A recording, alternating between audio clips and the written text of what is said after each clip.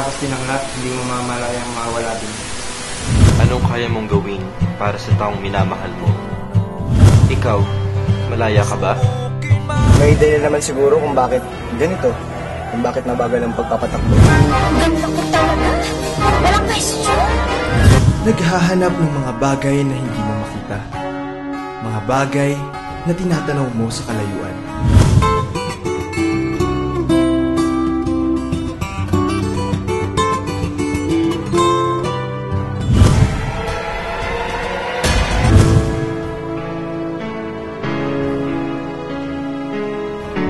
Mahal ko ang taong bayan.